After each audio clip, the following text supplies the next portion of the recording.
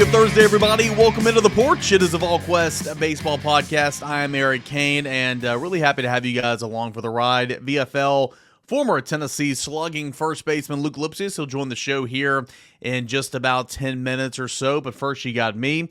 We're going to talk a little Tennessee baseball from opening week. We're going to preview the first home series at Lindsey Nelson Stadium with Albany coming into town. All that and more coming up here on today's Porch as we are officially 5 games in to the 2024 Tennessee baseball season.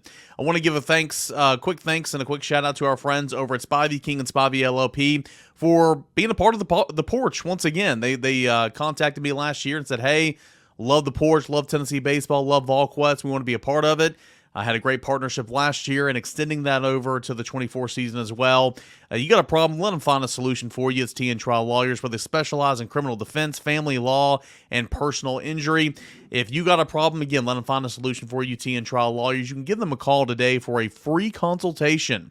That's 423-245-4185, or you can always go visit them online. Check out their work at Spivey King and Spivey LLP.com. Big thanks to my friends Matthew A. Spivey, J. Matt King, and Richard A. Spivey at Spivey King and Spivey LLP. All right, so Tennessee opening week, 5 games, 4-1 record. Talked a little bit about it on the Volquest podcast on Tuesday morning with Brent Hubbs. Wrote about it in the 3-2-1, and of course, I've got my 4 takes after each and every game, how it happened, and some notes on the board throughout opening week. But, overall, pretty solid opening week. This team is far from a finished product, and we didn't think that it was going to be anywhere close to a finished product week 1. No team is. There's still some questions that won't even be answered this weekend. Who's going to start Sunday's game? We'll talk about that here in a moment. Who's best fit where in the lineup. You saw Tony Vitello kind of experiment a little bit with the order of the lineup. Blake Burke hitting second, Dylan Dreiling hitting second, dropping back to 7th, Hunter Ensley leading off and hitting 9th in the midweek, Christian Moore leading off on a Wednesday midweek game. This is the time to do it. This is the time to do it, to try to figure out who fits where best in the lineup. And one of the biggest questions I had throughout opening weekend was Blake Burke hitting second for games 1 and 2. And I believe he hit second in the Tuesday midweek game against UNC Asheville. And I'm not a huge fan of that. I asked Luke about it here in a moment, and you'll hear him in his explanation. But I think he brings up a really good point about if you're hitting second in this lineup, you're protected. Because you got some combination of Christian Moore, most likely, or Billy Amick, Cannon Peebles, Kavaris Tears hitting behind you. So if you're hitting second, if you're an opposing pitcher, you're like, all right, I got to get this guy out. I got to pitch to this guy, and maybe that's why you hit second a little bit. And so if you look at it from that perspective, it kind of makes sense. But I think Tennessee's best lineup order right now would be with Blake Burke coming towards the bottom, maybe 6th or 7th.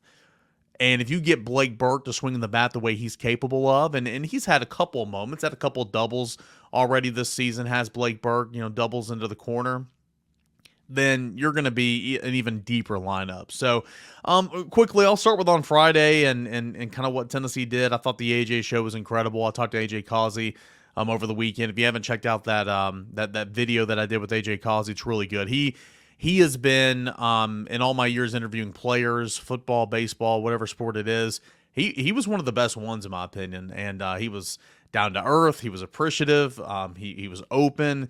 Talked to me about how he came to throw from the side, which I thought was a really interesting story. If you haven't seen that video interview I did with AJ Causey, go check it out over at Volquest.com. But I thought the AJ show was really good. Will it look exactly like that every single week? I don't know. I mean, we'll see. But they had been throwing Russell and Causey together because it's such a unique look. 97, 98 over the top with spin, and then from the side it sinks. Going from Russell to Causey, and so I think it's really, really interesting. But I thought that was a really, really good performance. AJ Russell, man, 4 innings and a third, 10 strikeouts. AJ Causey, 4 2/3, 7 strikeouts. I mean, it was a really, really good game. Billy Amick came through, hit a home run that game. Tennessee won 6-2 over number 21 Texas Tech, despite leaving some men on base. We'll go to the win. Yeah, we'll go Sunday Baylor.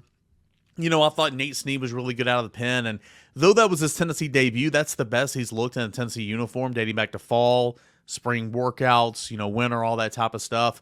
He had gotten roughed up a little bit. Not every time, but he had gotten his fair share of getting hit around a little bit. And I had worries that he was even going to make it out of the third inning when he walked three and gave up a run or whatever, and gave up a hit and all that, but he did. He bounced back with a 1, 2, 3, fourth inning, went 5 innings strong and looked really sharp. Had more walks than strikeouts, but again, he did walk 3 batters in that third inning. But Nate Snead, I thought, looked really good, and again, he's a hard-throwing right-hander out of the bullpen, capable of stretching things out. He might get the start on Sunday, and we'll talk about that here in a moment, but I thought he looked good. I like what I saw from Aaron Combs. I think he just ran out of gas. I like what I saw from the 2 freshmen. Schaefer got hit around a little bit there in that 10th inning against Oklahoma, but I thought Schaefer pitched really well on Tuesday. Thought Matthew Dallas pitched really well on Wednesday. And, Matthew Dallas only threw 47 pitches on Wednesday, so I think he could also be in line to maybe start that Sunday game. We'll see. Against Oklahoma, Tennessee left, 10 men on base. Fact of the matter is you can't leave men on base. And I broke down the numbers specifically over in my baseball 3-2-1, and I'll pull them up here just so I can rehash these from over the weekend, opening weekend. You don't want to make a habit out of this. Baseball's never perfect. It's a game of failure. You're going to leave men on base. It is what it is. But over that 3-game series at the Shriners Children's Classic, Tennessee hit 192 when you had runners on base. 11 hits and 57 attempts. With runners in scoring position, Tennessee at 172, going 5 of 29 at the plate. And when the bases were loaded over that weekend, Tennessee went 0 for 3 at the plate, one time with no outs, and the other 2 times with 1 out. And again, that's just not a winning formula. You don't want to make a habit out of that, and I don't think Tennessee will, but that was one of the glaring takeaways from a negative perspective that I had from opening weekend. But again, I thought defense was incredible. I wrote about it in 3-2-1. That Oklahoma loss, Hunter Inslee made a couple nice catches on the run. Dylan Dryland made a diving catch. Blake Burke had 2 outs at the plate with some good tags from Charlie Taylor and Cal Stark. You had a triple play. You had Billy Amick and Christian Moore flashing the leather from the left side of the infield. I thought the defense, through opening weekend was something that was really positive. And I've been talking Blake Burke up about how he's an improved defensive player after 4 games. And the first batter of Wednesday's ETSU midweek game, he has an error. But nonetheless, I still think that he's been, really, really improved. My questions heading into this weekend, and then again, we've rehashed, I've wrote about it, we've talked about it, about these games already that's been played.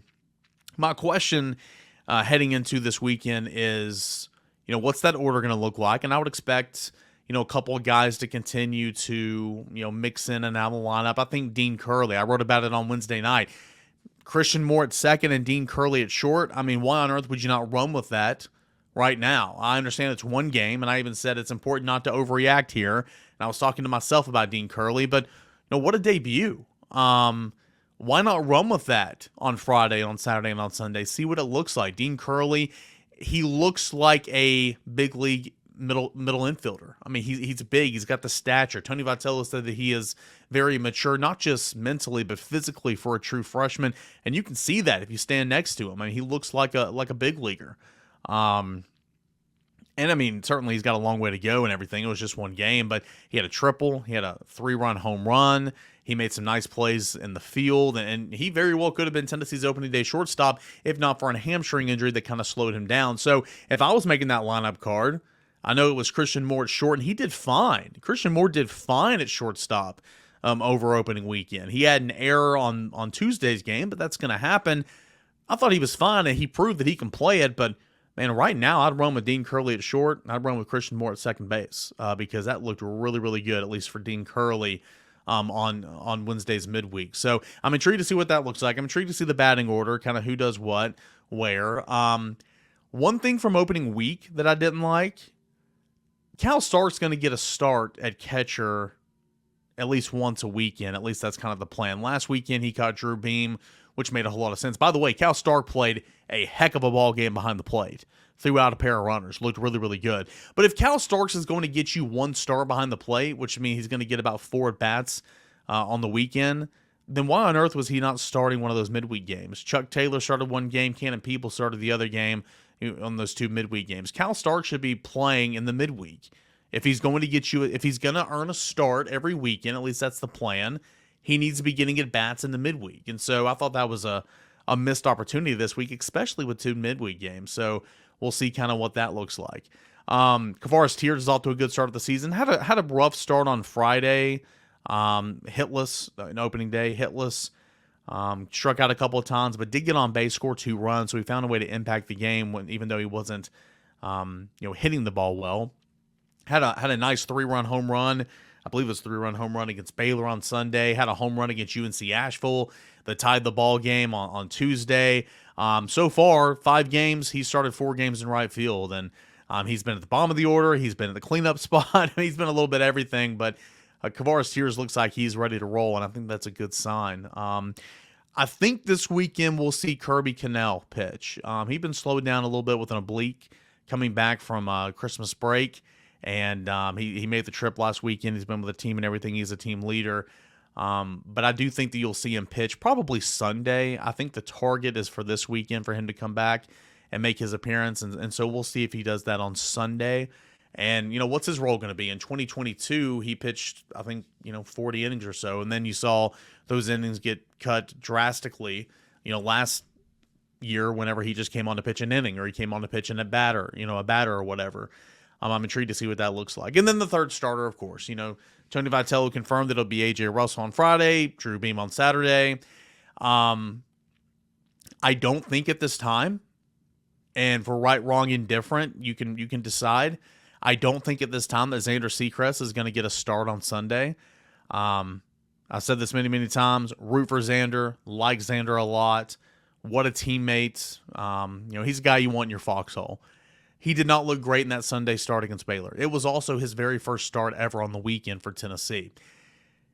If he was good enough to start the season off on Sunday, then why on earth is he not good enough to get a run here against Albany? I don't quite understand that. I feel like he's earned that too. However, I stand by this. I don't think he's the long-term solution as your third starter. So if that's my thought process, and if that's Tony Vitello and Frank Anderson's thought process, then it would make sense to go ahead and start exploring other options because, again, it is just Albany this weekend. You can get away with experimenting, and I think that's what Tennessee's going to do. Conversations throughout the week. At the time of this recording, I'll be honest with you, I don't know who's going to start on Sunday. Heading into opening weekend, Tony Vitello said, gave us that Russell would start on Friday, that Beam would start on Saturday. He wouldn't give us who would start on Sunday, but sources told me that it was going to be Xander Seacrest. I don't have anybody giving me any definites right now, and I think it really might be a play-it-by-ear type situation, just like what Tony said in post-game Wednesday night. The way Tennessee's pitchers pitched in the midweek, by the way, nobody's really talking about it, but I know it was a run rule, 7-inning win, 16-0, but Tennessee shut out and allowed only one hit, and that was in the 6th inning to ETSU the other night. Nobody's talking about that, but I thought that was a really, really, nice accomplishment. But because of the way Tennessee pitched these 2 midweeks, it's going to allow these guys to go in fresh to the weekend. So potentially, if you don't see Nate Snead pitch on Friday or Saturday, then I think he would be a very, very good option to start Sunday. I've been told earlier in the week that Nate Snead, might get a run on Sunday and he might be that starter. I still like him out of the bullpen.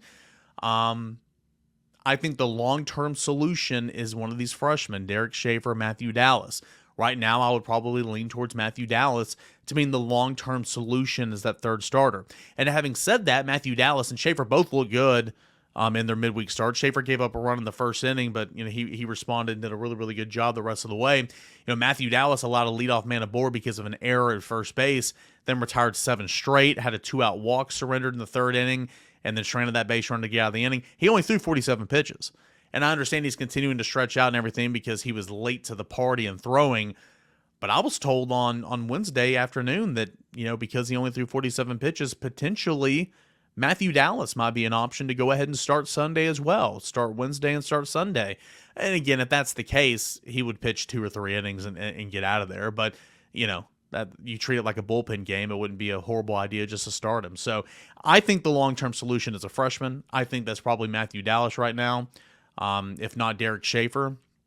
And, potentially we see Matthew Dallas start that game 3 or Nate Snead or, we'll see what it is. I've not been told one way or the other. I've told Nate Snead And then I've been told Matthew Dallas as well. So I think we'll see exactly kind of how the bullpen shakes out over the weekend. Either way it is, I mean, guys, Albany's bad. I mean, it is. I mean, I'm trying to put lipstick on a pig here. I'm not trying to sugarcoat it. I understand you don't need to go in there if you're a player with this mindset. But quickly, look at Albany, man. The Great Danes of the American East Conference. John Mueller, 25th head coach, 25th season as head coach. They were preseason pick last in the conference. That's a 7-team conference, so they were picked 7th in the conference preseason poll. They finished last year with a 9-34-1 record. 9-34-1. They were 3-21 in conference play, and they lost a lot of offensive production. You've got a senior infielder, Will Brader, I believe is his name. Will Binder. He's the best hitter in the lineup, really the only proven hitter in the lineup.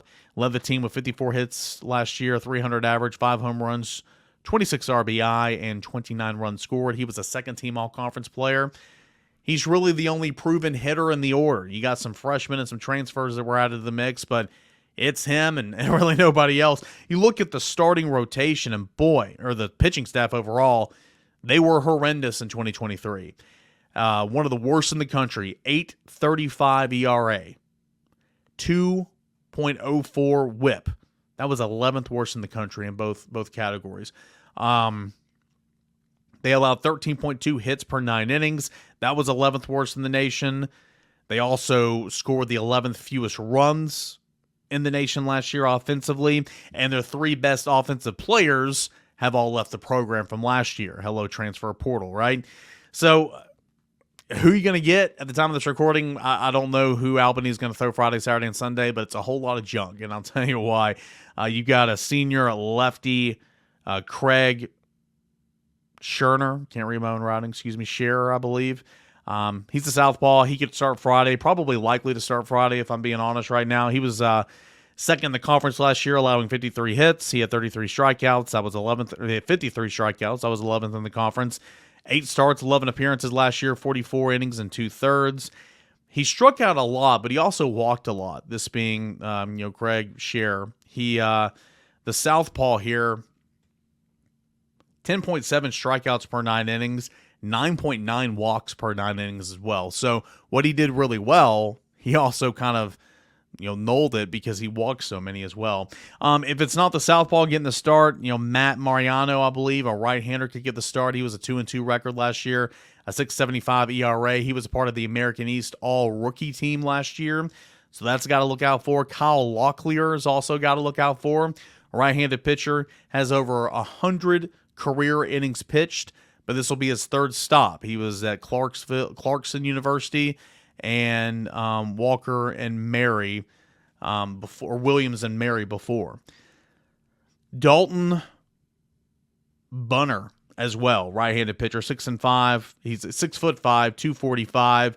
He was a promising freshman last year, but he had an 0-7 record, a 9.16 ERA, but he did get some starts a season ago. So we'll see kind of what the pitching looks like against Tennessee.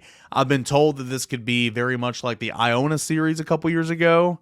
I hope not, but at least thank God for a run rule, because those games are brutal to sit there and watch all weekend long.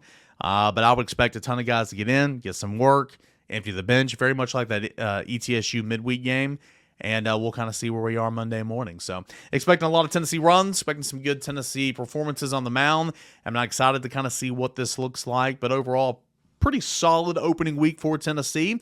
And looking forward to see what they do against the Great Danes of Albany starting Friday at 4:30 Eastern Time. Hey, we got Luc Lipcius coming up here in just a moment as we continue on with the Porch. But first, I want to give a shout-out to my friends over at Spivey King and Spivey LLP. 3 partners, Matthew A. Spivey, J. Matt King, Richard A. Spivey.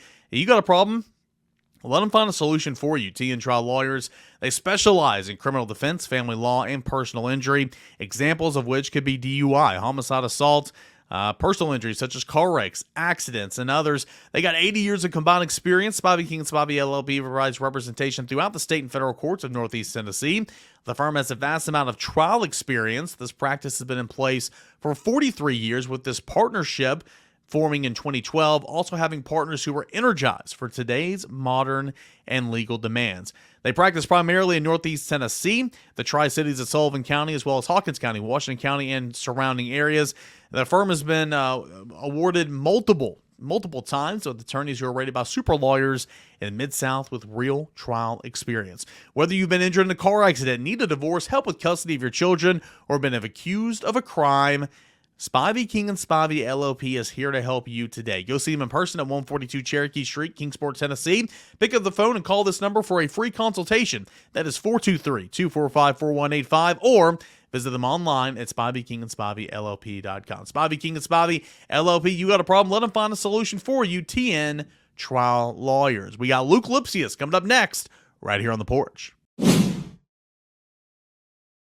Well, Luke, opening week is in the books. Tennessee went to the Shriners Children's College Showdown in Arlington, Texas at Globe Life Field. What a beautiful ballpark.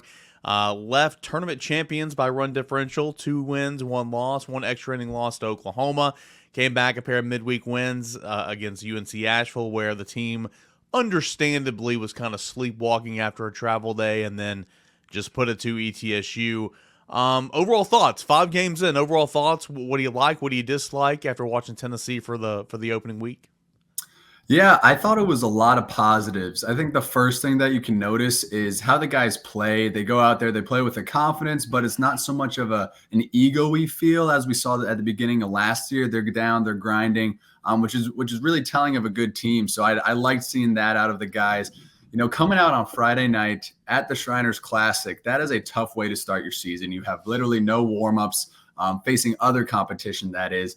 And you go out and you play Texas Tech, who is a really good squad. They brought out their big gun, their Friday night starter. He's a Friday night starter for a reason. And you could see they weren't phased, especially the new guys, younger guys. They seemed calm and collected. Now, there was a few guys that might have been iffy, still settling in. But, you know, overall, that Friday night game, I thought it went really well. And then you get to Saturday and, you know, on the scoreboard, it was a 5-1 game. Of course, those 4 runs for Oklahoma came in the 10th. So overall, I thought it was a good, hard-fought game. Our pitching staff did what they needed to do. It's just you could see with the offense, you know, we were barreling balls all right, but it came down to not driving in runs, you know, where there's a couple times it seemed like with bases loaded and we left and less than 2 outs, we left them on. A lot of people left on base. I mean, we had 7 hits and 1 run. Most good offenses will cash in on those hits when they need to. So I thought that was just not cashing in when they needed to. I thought it was a good game. Then you go to Sunday, a little bullpen day for us. You know, we're still working around, seeing who we're going to pitch there. And I thought it was a good win. The bats came alive a little bit. You could see people flexing their muscle a little bit. So it was more telling of what we could be. First midweek back home, you know, it was slow, like you said. They might have been sleepwalking just a little bit. That's a tough turnaround coming from a Monday flight, I would assume. Yeah. Playing the next day. I mean, it is a home opener, which is almost like a reset first game of the season.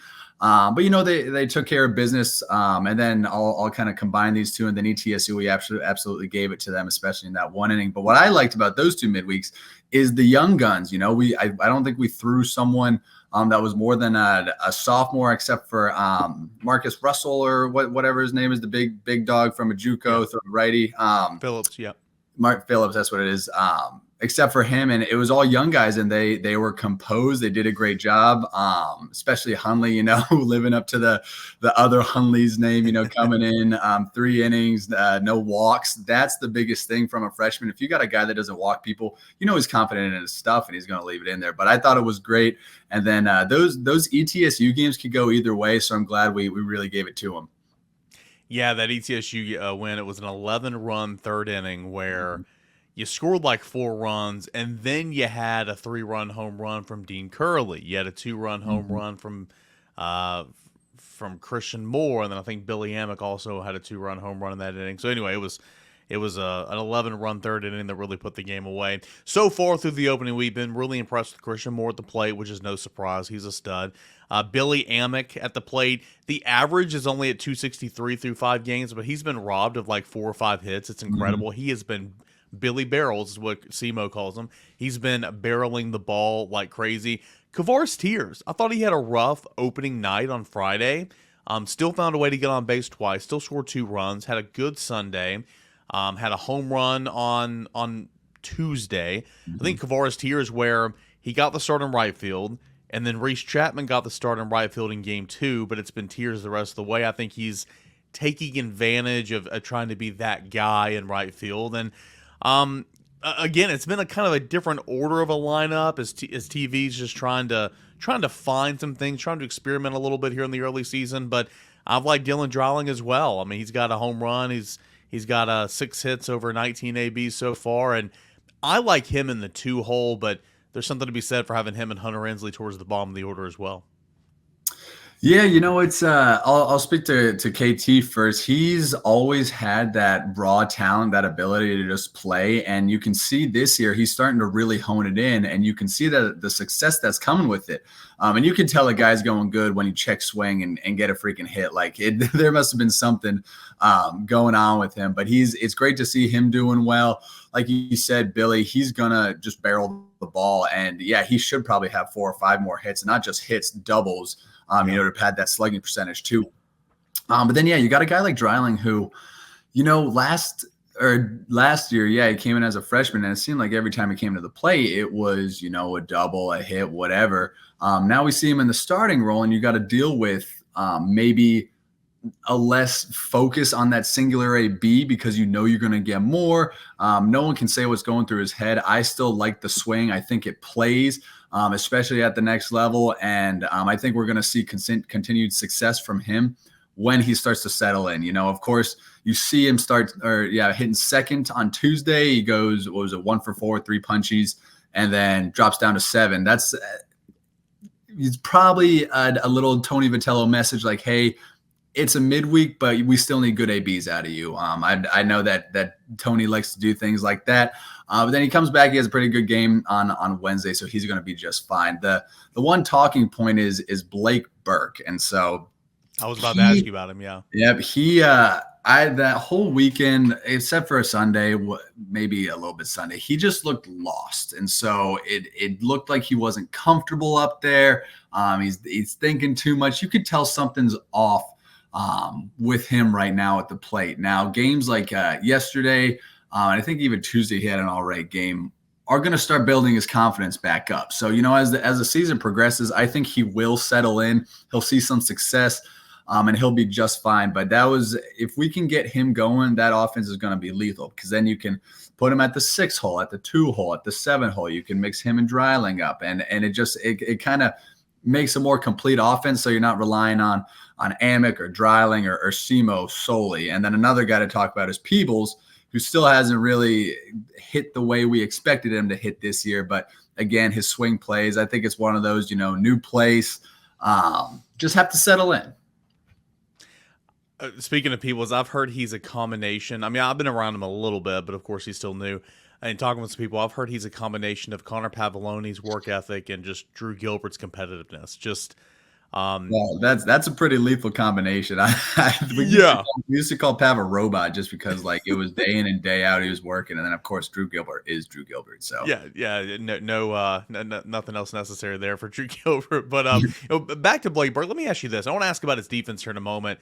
But I think I know baseball. I watch baseball, cover baseball, played it way back when. But what's appealing about Blake Burke in the 2 hole? I don't like that, and I know he's struggling right now. But even if he was hitting 350, I'm not huge on Blake Burke in the 3 hole. What's appealing about that? And I know Tony is obsessed with left, right, left, right, left, right. I get that. So it's a main thing for putting someone in the 2 hole is, especially if he's slumping a little bit. That was where I hit for most of that 2022 season, and it helps you out because you have coverage. And that's the main thing. You're going to see pitches to hit. It's going to get in the pitcher's head that you got a big bat like Simo or Billy behind you. So they're like, hey, I got to get this guy out. I don't want to deal with who's next. So that's one train of thought, that you're just going to get more pitches to hit and hopefully hit you out of that slump. Now I agree. I don't think he belongs there in the long run. And unlike him, I could steal some bases. So, they didn't have to worry about that. Wheels. I think you'll see him move down in the lineup, still in one of those power spots, maybe a 5 or a 6. But I think right now it's really just to get him to see more good pitches, quality pitches, and not really have to worry about them dotting. Because if you know that Simo or Billy's coming up, you're going to have to throw to him. That's the reason that I could see him being in the 2-hole. All right, so defensively, I made the comment going into, I guess it was Wednesday's midweek game. I'm like, man, I mean, his defense has been incredible. You can tell he's putting in the work. He made some plays, and all that's true. And then the leadoff batter of Wednesday's midweek game, he has an error and allows him to reach base. But still, I mean, that's going to happen. That's baseball. I've been really impressed with his defense so far to begin this year. He made 2 plays at the plate, throwing in there to Cal Stark one play, to Chuck Taylor the other play. His range has looked like it's expanded a little bit. What have you seen from him defensively over at first base? Because as he was getting into being an everyday player last year, that was something that he really struggled with. Yeah, well, I think his ability to throw the ball has always been there.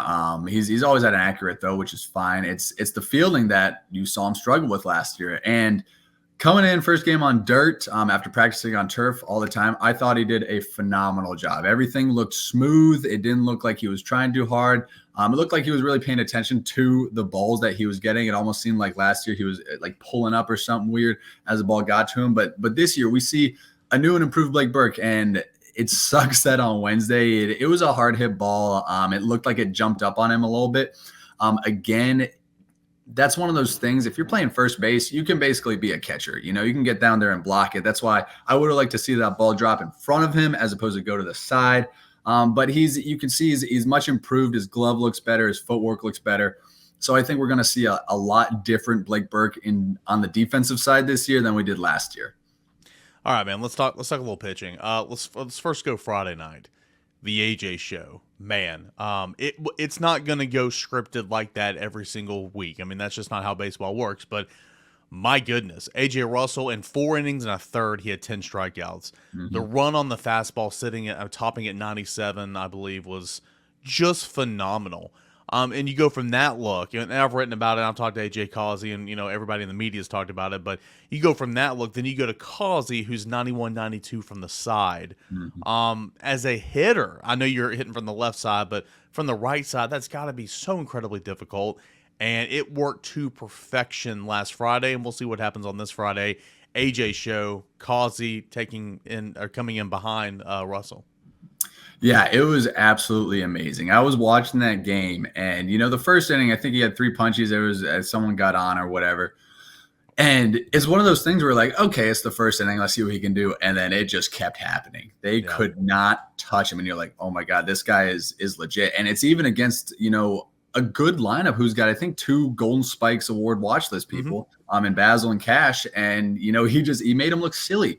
And for a younger guy with not a lot of innings to go out and do what he did on Friday night in front of the crowd that there was, absolutely amazing. Really, really good telling story for the rest of the season. Now, Causey comes in and he's slinging that thing sideways. Now, if you're a hitter, especially a righty, going from 4 innings of, spin rate fastball, you have to think about getting on top of it and then adjusting to literally the opposite where it's coming in on you. You got to get under it, whatever. That's just tough to do as a hitter. So we'll see if that duo stays throughout the rest of the season. Honestly, the way that Causey pitched with the length he pitched, I could see him moving into a Sunday role. Given the fact that if we have closers behind him, I think they might ride with them too for now. And kind of piece together Sunday, but I wouldn't mind an AJ and then mix in, I don't know, maybe like a mid-inning guy, a lefty. We used to always do that with Chad. We went righty, lefty, and then back to a righty. So the thing is we got options. And so seeing them two was just phenomenal, especially Causey coming in and slinging it, from down low. It was just fun to watch.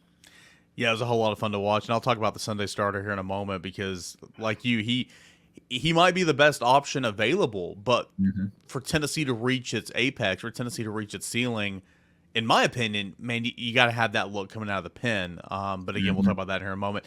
Let's go to Saturday. Beam was Beam. I don't think that he pitched nearly as good as he could the other night. At times, it looked like it was a struggle, but then at the end of his outing, you look down at the box score, he goes 5 2/3, 7 hits, 1 extra base hit, 2 strikeouts, 1 walk.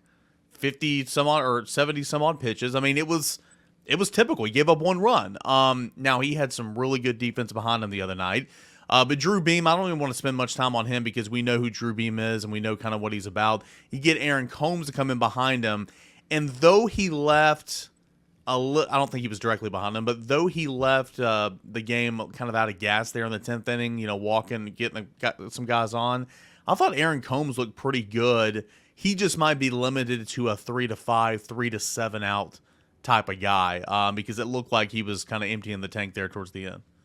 Yeah, I agree. Those long games, especially when it's back and forth, they're not only physically draining, but they're mentally draining. And you got a guy, I don't think Combs pitched more than 2 last year, maybe 3. I don't know what they did with him in the offseason and the spring training, but I assume that they weren't running him up for 3 plus innings. And like you said, I think that he comes in, he's a good 6 out tops because it is a funky delivery. It's one of those that looks like it's coming sideways and then it spins on you.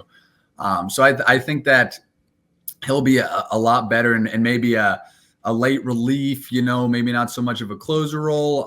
But even so, with that being said, from what I saw last year, a little bit what I saw this year, he's got the mentality to be able to close the door. We'll just see how they want to use him in the future. And then again, with Beam, when a guy doesn't look his best and gives up 1 run and only, I think it's really good that he only gave up 1 extra base hit. That means that they're not, powering the ball around.